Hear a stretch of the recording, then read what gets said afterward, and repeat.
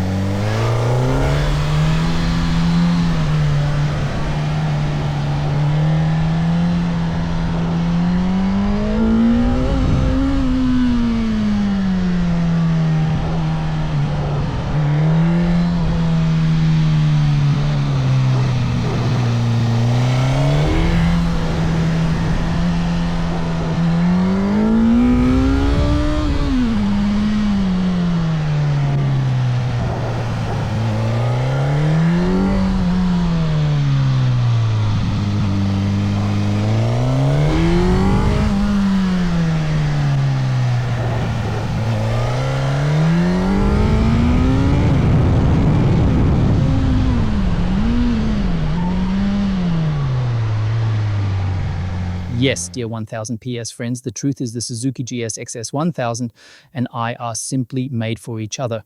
I can't quite explain what's going on, but I'll try to put it into words now. On one hand, we've got an incredibly confidence-inspiring overall package. Look at it. The fork gleams gold, chunky swing arm, chunkier frame. It all looks solid, the switchgear too, the display brilliantly clear.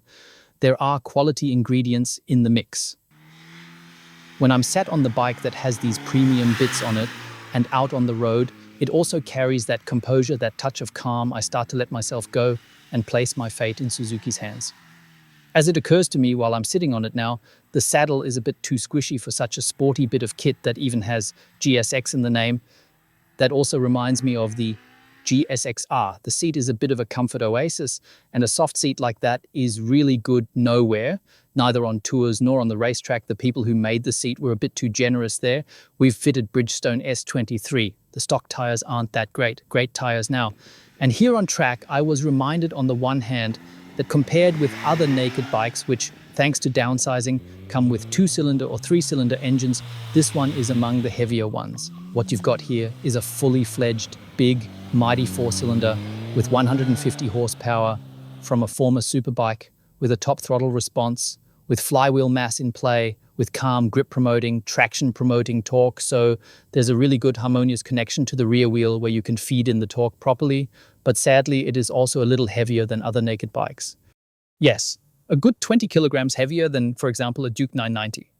And that may put off people who expect a playful, mischievous character from a naked bike. If I had to sum it up in a word, serenely torquey. It has that lofty feel when you glide through the arcs. Nothing unsettles it.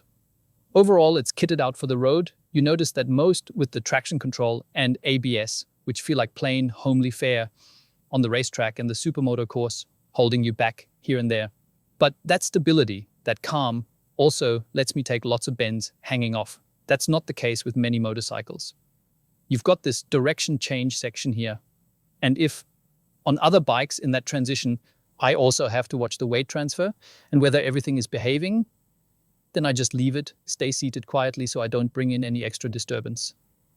That's not the case with the Suzuki. There's no restlessness from the engine, no jitter in the throttle response, just calm and composure. And now I can throw in a slightly more aggressive move here and there from the saddle. All in all, a confidence-inspiring motorcycle that I'd say will keep working brilliantly for years to come. And I don't know yet whether it's just that it feels comfy and cool and laid back, or whether it also translates into good lap times. I'm really curious. I wouldn't dare claim it now. Going by feel, I'd say the MT-09 SPI Road today is quicker. And I also reckon the KTM 990 Duke is faster than the Suzuki GSX-S.